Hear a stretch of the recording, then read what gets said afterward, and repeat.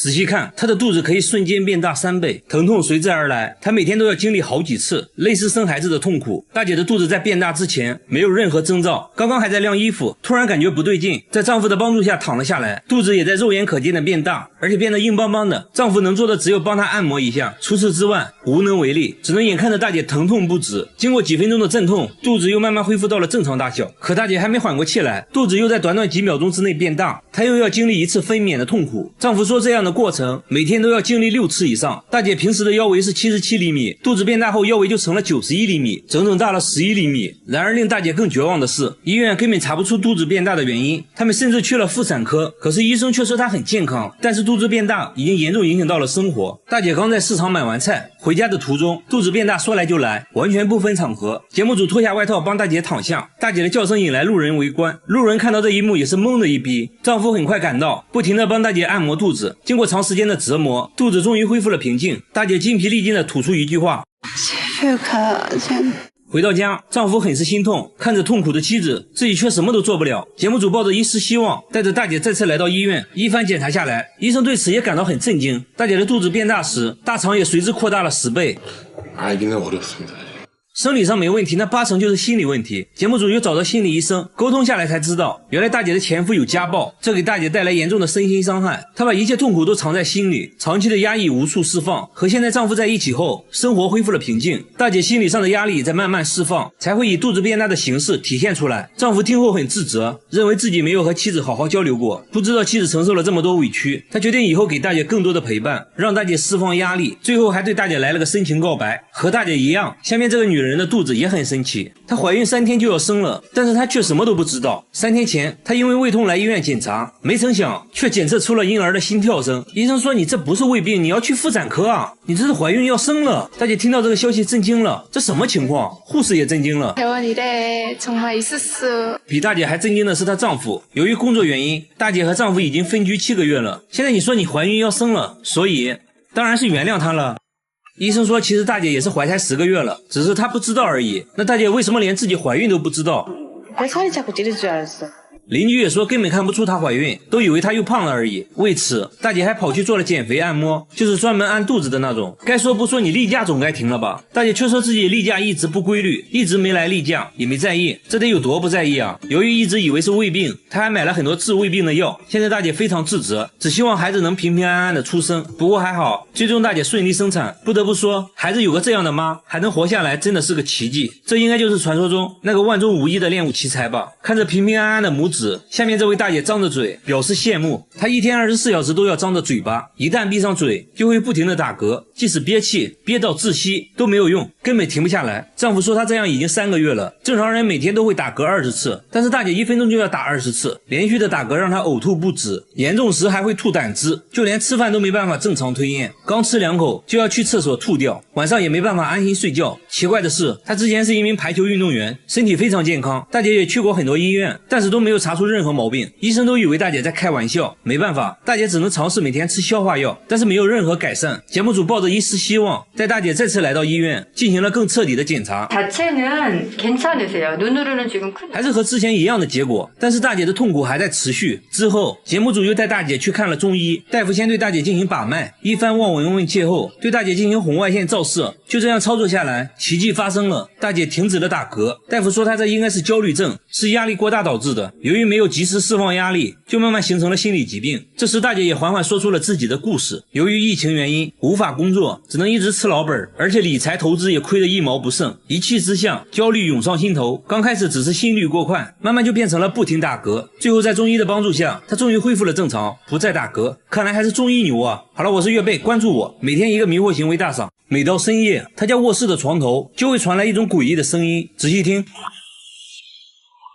把床移开后没有任何发现，但是诡异的声音仍然存在。主人说声音主要有2种模式，有时候是哒哒哒哒，有时候是 gay gay gay。我记得只有德爷才会发出 gay gay gay 的怪叫啊，难不成里面住了个德爷？有时候主人拍一下床头，声音就会停止，主人认为里面住了个生物，而且刚买床的时候并没有任何声音，声音是在2年后开始出现的。为此，节目组找到了声音分析专家，专家分析后认为这应该是某种生物移动时产生的声音。节目组还找来了专业的木工，木木说真的是奇怪，我没有听过这种声音，这不像是木头能发出来的，所以床头真的有某种生物吗？说再多也没用，直接拆开看看不就知道了。但是床头里面空空如也，没有发现任何生物。节目组决定继续拆解床头，随后把拆解的床头送到医院做核磁共振。医生发现木板里面有一个白色物体，经过反复实验观察后，医生确定这就是一只3厘米长的虫子，而且还发现了虫子吃木头的痕迹。节目组锯开木头后，果然发现了一只白白胖胖的虫子，不一会儿又找到一只，你别说看着还挺可爱的，烤着吃一定很香。昆虫专家说，木头被做成床之前，虫卵就已经存在了，之所以2年后开始出现声音，是因为当时环境温度比较适宜，虫卵就孵化了，孵化后就开始吃木头，诡异的声音也就出现了。至于主人说的2种声音模式，是他吃木头时的不同状态而已。至此真相大白，我觉得商家还是挺良心的，起码用的真的是实木材料。同样遭遇怪异事件的还有下面这位小姐姐，她家的电视总会无缘无故的自动打开，出门前关闭电视，回来就看到电视早已打开，尤其是在3更半夜，自己睡着觉就会被电视吵醒，客厅却一个人没有，想想都觉得可怕。主人说电视每天都会自动打开，而且没有任何规律。第一次出现这种情况是在3年前，那天他正在厨房洗碗，突然就听到了电视声音，刚开始他也没太在意，慢慢的这种情况越来越频繁，他开始检查电视的各种设置，并没有设置自动开关机的时间。后来找售后换了一台电视，也还是会出现自动开机的情况，该不会是电视机自己想看电视吧？他当着节目组的面关闭了电视，没一会儿电视就自动打开了，即使取出遥控器电池，电视还是会自动打开，这就很不科学了。走进科学节目组决定请教专家，专家说电视遥控器发出的信号是红外线，家里可能存在能发出相同红外线的电器，才使得电视接收到信号就打开了。随后专家对家里所有电器展开探测，最后怀疑是电源插排，但是把插排断电后还是检测出了与电视遥控器相同的红外线信号。专家又尝试关闭无线路由器，紧接着红外线信号就消失了，那说明问题就出在路由器上。但专家说并不是，路由器不会产生红外线，罪魁祸首是路由器的充电器，充电器长时间的使用就会产生不必要的红外线，如果恰巧和遥控器红外线一样的话，电视接收到信号就会打开。果然在拔掉充电器后，电视没再出现自动打开的现象，至此真相大白，这就是一种巧合而已。上面2个都是家电家具问题，但是下面这位大妈家里出现了不应该出现的东西。她家里平白无故的出现了一包牙齿，参差不齐，大约有20颗，看样子像是小孩子的牙。牙齿是大妈在厨房整理橱柜时发现的，当时都吓懵逼了。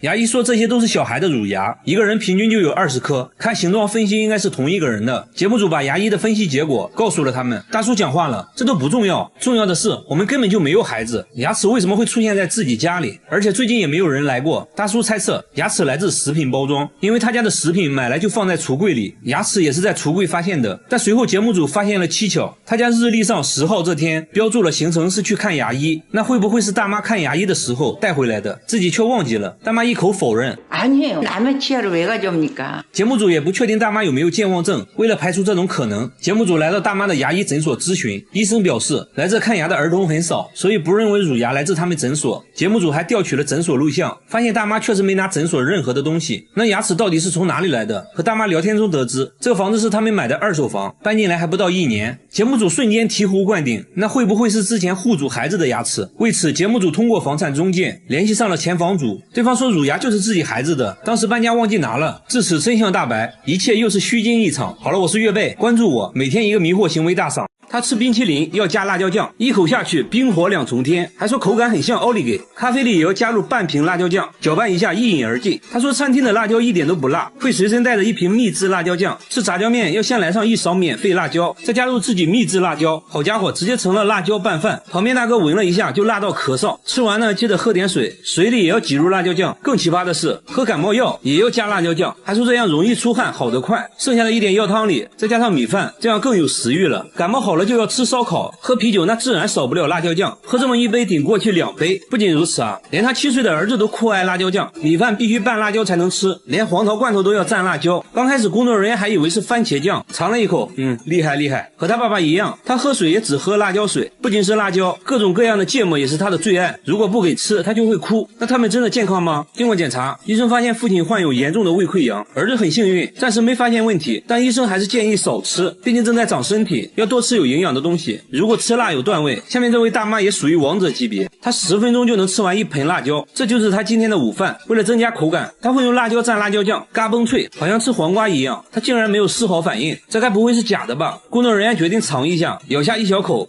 差点被送走。大妈淡定地看着一切，不一会儿就干完了1盆。为了测试她能吃多辣，节目组准备了世界各地的辣椒。大妈看得两眼放光，这么多辣椒看着就好吃。首先出场的是来自墨西哥的胡椒，大妈说还不错啦，很甜。接着是烟熏辣椒，吃着像柿饼。第3个是来自泰国的辣椒，吃起来脆脆的像薯片。一旁的工作人员都看乐了，再次尝试，还是辣到不行。大妈感觉很莫名其妙，根本就不辣嘛。虽然大妈很能吃辣，但也有她吃不了的东西。她不能吃洋葱和大蒜，一吃就会满脸通红，甚至会吐血。为啥会出现这种奇葩现象？医生提取了辣椒素，对大妈进行感官测试，把沾满辣椒素的棉签插入鼻孔，大妈一点反应没有。医生认为大妈对辣椒素不敏感，而大蒜之所以辣，是因为含有大蒜素。大妈对大蒜素非常敏感，所以才会觉得辣。即使这样，我觉得大妈也属于吃辣的王者级别了。然而下面这位小姐姐表示不服，冰淇淋加辣椒酱，这是她的神仙搭配。她一天就要吃3瓶辣椒酱，橱柜里也摆满了各种辣椒酱，每顿饭都要加上新鲜的辣椒段，还说辣椒能帮自己释放压力。现在她要挑战当地最辣的炸酱面，还要求厨师多放1斤辣椒面。即使这样，她还是不满足，在面上又加了辣椒段，吃得一脸惬意，周围人都觉得不可思议。节目组给她准备了3种当地最辣的食物，第一个是辣炒年糕，刚吃一口她就笑了，没什么感觉嘛。第二个是辣酱咖喱，这个有一点点感觉，很快就干完了1盘。第3个是魔鬼辣鸡腿，仔细品尝下还是一点反应没有。她说从来没有吃到过让自己感觉辣的东西。听到这话，节目组放出了大招，端上来一盒死神辣条，是用世界上最辣的龙溪辣椒制作的，辣度是普通辣椒的220倍。据说这玩意儿只能中午吃，很多人吃完都坐上了依维柯大金杯。小姐姐也重视了起来，扎上头发，准备好牛奶，挑战开始。她一口吞下去，仔细嚼了嚼，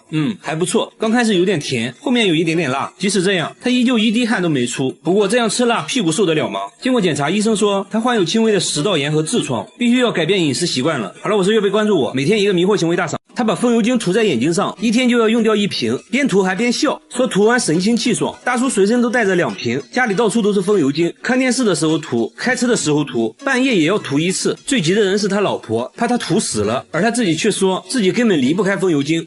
这又是为啥？他也不解释啊，反而变本加厉，觉得涂眼睛上不过瘾了，直接用风油精洗脸，看样子也不错，洗完精神抖擞。那他到底为啥要涂风油精？真的是奇怪。周围人也是看得一脸懵逼，真的不会疼吗？旁边的大叔决定试一试，结果直呼辣眼睛。这时他终于说出了涂风油精的原因。原来大叔之前眼睛受了伤，什么都看不清，偶然用了1次风油精，竟然能看清楚了。从那之后就离不开风油精了。但风油精真的有那么神奇的功效吗？医生猜测，在风油精的刺激下，大叔眼泪分泌旺盛，使得眼睛非常湿润，这可能是帮他看清楚的原因。但风油精对眼睛有非常大的伤害。经过检查，大叔的眼角膜确实受到了严重损伤，风油精没能治愈他，反而加重了病情，必须立即停止使用风油精，还给大叔拿了专门治疗眼睛的药物。所以说有病就要对症下药，不要相信偏方。和他比起来，下面这位尼姑更奇葩，她把洗衣液涂满全身，每天都要涂好几次，一天就要用掉3瓶。诵经累了就要往身上涂洗衣液，外面散步的时候要涂一涂，工作时也要涂，总之不允许身上有干燥的地方。就连洗澡都是用洗衣液，先往盆里倒入满1瓶，蹲在盆里就洗了起来，洗衣液直接成了他的沐浴露，家里还存了上百箱的洗衣液。然而这仅仅只是1个月的量，他1年内用掉的洗衣液足够别人洗17年的衣服。更奇葩的是，他洗衣服呢却从来不用洗衣液，还说用洗衣液洗衣服就是浪费。节目组很担心他，而他自己却说这是洗衣液救了他的命。这又是为啥？原来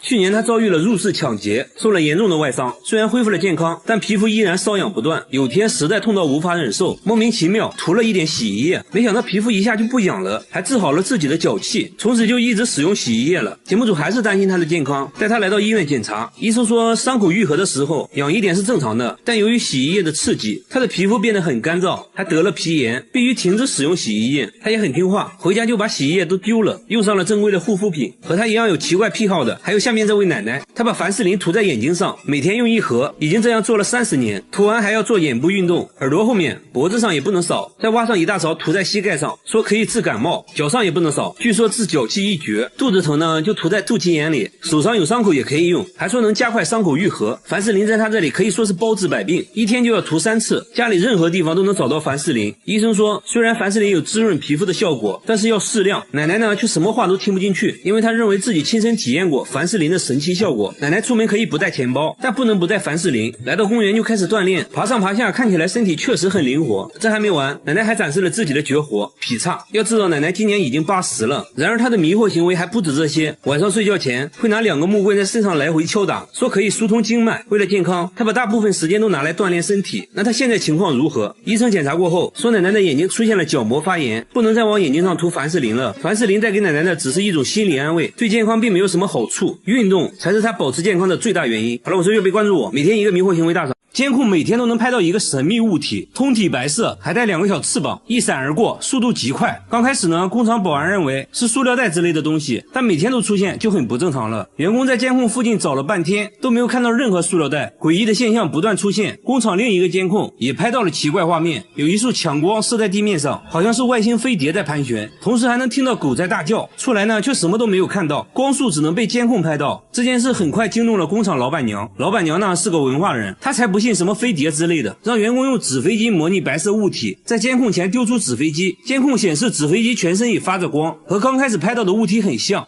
这就对了嘛，之前的白色物体肯定也是个什么垃圾之类的。老板娘又让员工用强光手电模拟光束，虽然在监控上能看到强光手电形成的光晕，但是和之前稳定的光束完全不同，无论怎样模拟都达不到之前的光束效果。老板娘怀疑监控设备出了问题，找来监控售后人员检查了半天，售后却说设备一切正常。真的是奇怪。节目组又架起了多个摄像机，也拍到了神秘的光束。没办法了，请专家吧。专家左看右看，说这束光看起来和普通的光线不一样，光束很稳定，不会扩散，这是地球上的光源做不到的。难道真的是外星飞碟？专家左思右想也找不到合理的解释，还真成了未解之谜。同样遭遇怪异事件的还有下面这座寺庙。寺庙里的荒废电梯每晚都会传来诡异的哭声，声音是从这个缝隙里传出来的。电梯底下好像住着什么东西。师太说，每次打坐念经的时候，声音就会立马停止。这东西好像很害怕念经，关键这是佛门净地，怎么可能会有那种东西？师太心里还是有点怕每晚都会安排人念经到天亮。这东西胆子也是越来越大。有一次师太吹口哨，他竟然还回应了起来。那会不会是小动物之类的？师太说下面全是水，不可能有动物能存活的。那这电梯下面到底是什么？节目组决定把相机伸到下面一探究竟。左看右看，除了一滩死水，里面啥都没有。接着又把相机伸到水下，还是一无所获。师太想吹口哨引起这东西的回应，这次未能如愿，里面还是静悄悄的，实在没办法了。节目组决定拆电梯，还把电梯里面的水都排空了。工作人员壮着胆子爬了下去，环顾四周没有看到任何生物。工作人员不放弃，继续翻找。突然一只树蛙跳了出来，难道声音就是它发出来的？专家再次听了下录音，还真是树蛙的叫声。之所以声音和平时蛙叫有差别，是因为它们正处在发情期而已。解决了寺庙的问题，下边的玩具又出现了新问题。这个玩具频频传来怪声，只要静静的听，就能听到滴答滴答的声音。他有次还看到女儿半夜跟玩具对话，这把他吓了一跳。女儿却表示自己很喜欢这个玩具，真的是奇怪，一个实木玩具怎么可能会叫？有时候主人气不过，用力敲2下，它又会稍微消停一会儿。不过凡事要讲科学，节目组用话筒录下了这个怪声音，找到了声音分析专家，对录下来的声波进行了波长分析。专家说声波间隔不一样，很明显是一种有生命的东西，应该是某种生物移动时产生的声音。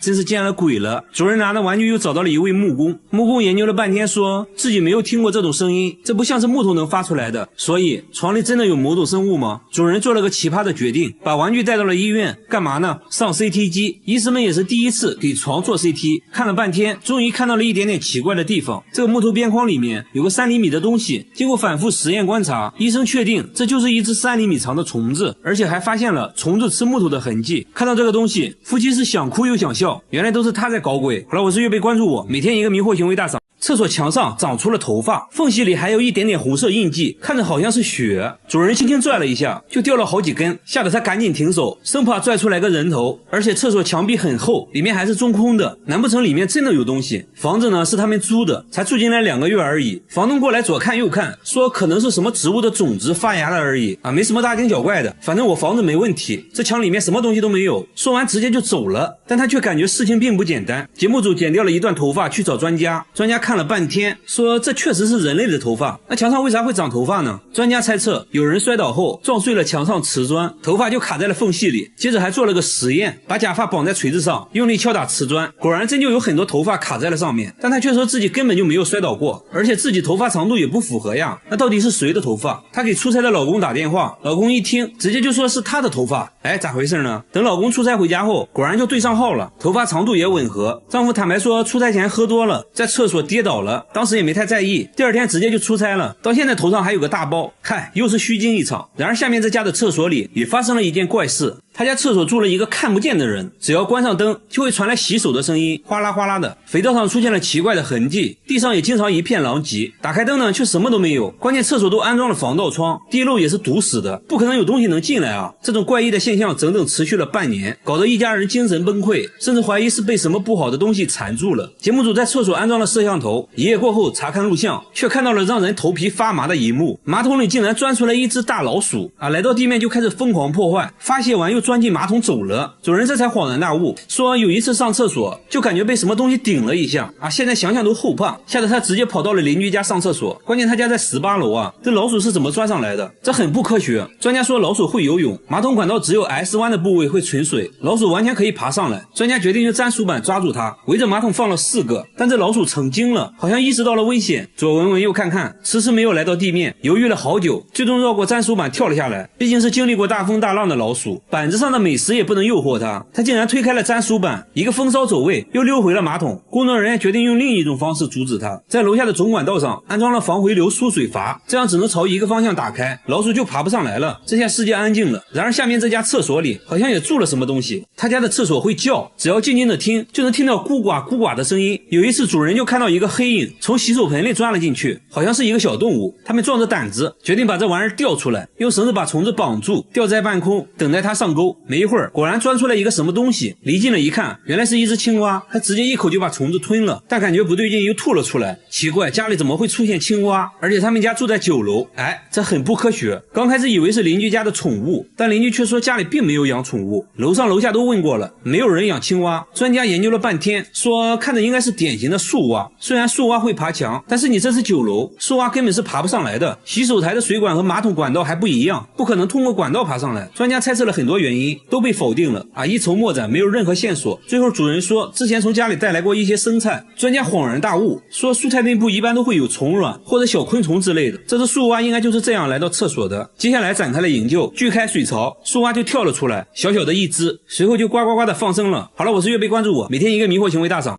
这只狗狗趁着老婆怀孕，每天偷偷出门干坏事，主人好奇的给它带上摄像机，谁都想不到拍到的画面简直不忍直视。这天他又丢下老婆，熟练的扒开门溜了出去，直到第二天早上才回来。小白呢显得很疲惫，身上呢也脏兮兮的，主人一直训斥他，小白呢却不为所动，甚至假装闭上了眼睛。主人很是疑惑，他每天出门到底在做什么，于是决定给他带上摄像机，主动放他出去。直到第二天早上他才回来，主人迫不及待的想看一下摄像机到底拍到了什么。只见他一路翻山越岭，好像有什么东西在吸引着他。下山后来到一户人家，就看到一只小母狗热情的迎了上来，两只狗亲密的寒暄起来。院子里的另一只小母狗也不能冷落，也是一顿甜言蜜语。接着呢又来到第3只小母狗身边，看起来这些都是他女朋友。主人这才知道他为啥每天回来都很累，每天爱的供养，这也太潇洒了吧。小白看到自己的所作所为，也害羞的低下了头。这还没完，接着呢他又去见了另外2个女友，每见一个都要温存一段时间，妥妥的渣男了。5个女友都是白色的，本以为呢他偏爱白色，没想到还是肤浅了。不同肤色的他也毫不在乎。这只小黄狗也是他女朋友，小白自己也看不下去了，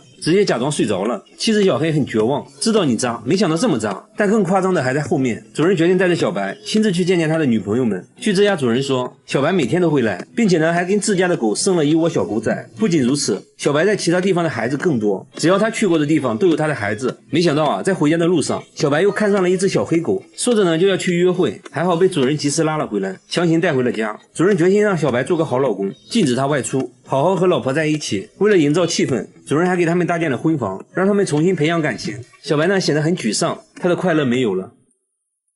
他家客厅成了墓地，每天早上都会出现上万只死掉的蜜蜂，蜜蜂尸体能装满3个垃圾桶。然而更多的蜜蜂还在源源不断的涌进来就算把纱窗打开，蜜蜂也不走，好像屋里有什么东西吸引着它。主人也是惨被蜜蜂围攻，蛰得满头大包一到晚上更夸张，整个天花板都会震动，还会传出一种怪声没办法，晚上只能睡在卧室的帐篷里。然而邻居家并没有出现这种情况，附近呢也没有养蜂场，那他们是从哪里来的？为什么偏偏选择他家？他家是有什么东西在吸引蜜蜂吗？真的奇怪第二天节目组再次上门，主人说今天死掉的蜜蜂很少，工作人员敲了敲天花板，里面也没有发出嗡嗡的声音，难道是一夜之间都死了？节目组用热像仪也没有检测到任何温度，决定打开天花板看看到底什么情况，找来了专业养蜂人，一打开就发现一个硕大的蜂巢，蜜蜂也都活着，还发现客厅出现的蜜蜂都是通过电线孔钻出来的。原来当蜂巢内部温度过高时，蜜蜂会扇动翅膀来通风，就会出现嗡嗡的声音。之所以现在蜜蜂安静下来，是因为天气降温了，它们一年只能生产出1个蜂巢，现在有6个蜂巢，说明它们已经在天花板生活6年了。那没什么好说的，直接给蜜蜂搬家，最后还收获了17公斤的蜂蜜。主人说这就算6年的房租费了。然而下面村庄发生了更离奇的事，每到凌晨1点，整个村子就会传来龙的叫声。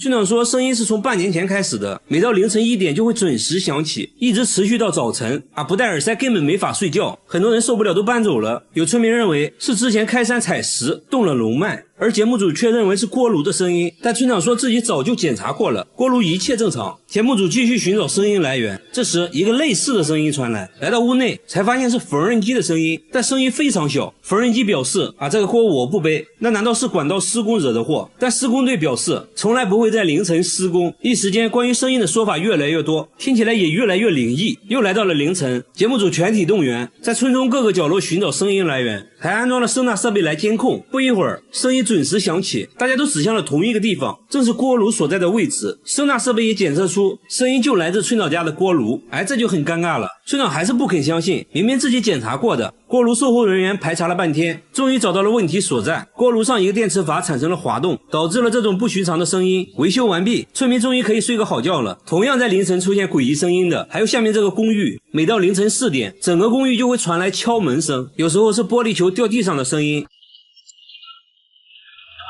声音是从5年前开始的，每天持续4个小时。声音出现时，整个房间都有回声，墙壁都会震动，很多人都无法安心睡觉，出现了不同程度的神经衰弱。有人干脆在外面租房住，物业也调查过原因，关闭了所有能产生噪音的设备，但最终声音还是没有停止，现在反而变本加厉，什么奇怪的声音都会出现。节目组在公寓不同位置都安装了摄像头，又来到凌晨4点，敲门声再次响起，1小时过后又变成了玻璃球滚动的声音，声音竟然高达90分贝。要知道地铁站声音也才81分贝。工作人员发现用铁锤摩擦瓷砖产生的声音和玻璃球掉落的声音很像，怀疑是有人故意这样做的。节目组在其他楼层安装了更多的摄像头，想要找到这个人。接下来就是等待声音的出现，但是1晚过去了，完全没有出现任何声音，连续几天声音都没再出现。其实已经没必要再调查了，很明显了，恶作剧的人就在公寓里，至于是谁就不好说了。1个月后，节目组做了个回访，物业表示自从节目组采访过后，声音就没再出现过，这下都能安心睡觉了。好了，我是岳飞，关注我，每天一个迷惑行为大赏，但是要论肺活量。下面这个大爷还没服过谁，66岁的大爷一口气就能把车胎吹爆，热水袋被他当成气球吹，一口气爆1个，每天都要吹爆100个，这都不算什么。现在他要挑战吹卡车轮胎，另一边是8个人轮流用气筒打气，大爷的轮胎肉眼可见的变大，5分钟计时结束，大爷吹的轮胎已经很鼓了，另一边用打气筒的轮胎却还是扁扁的。大爷不满足他要继续挑战，让节目组在轮胎上放了一个架子，上面又站了20个小伙子，他要在负重的情况下把轮胎吹爆。大爷一阵猛吹，上升的感觉吗？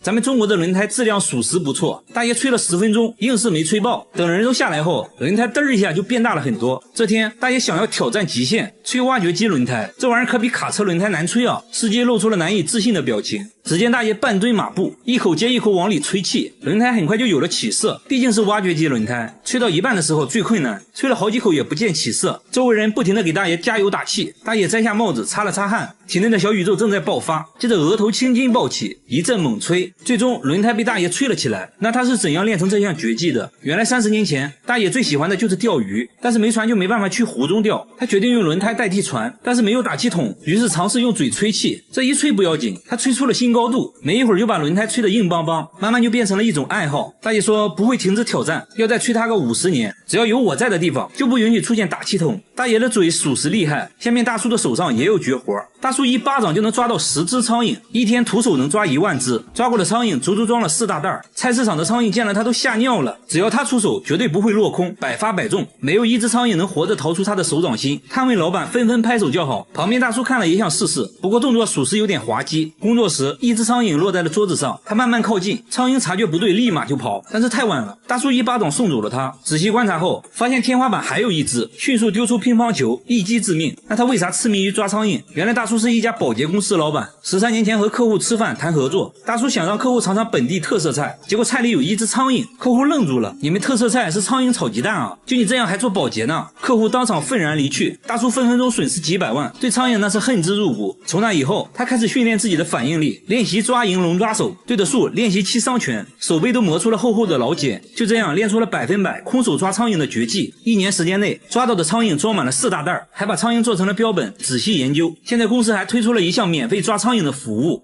哦，有苍蝇啊！只要一个电话，大叔就会带着员工上门免费抓苍蝇，即使灭蝇器也没有大叔徒手抓的多。不得不说，大叔的技能真的很实用啊！好了，我是岳贝，关注我，每天一个迷惑行为大赏。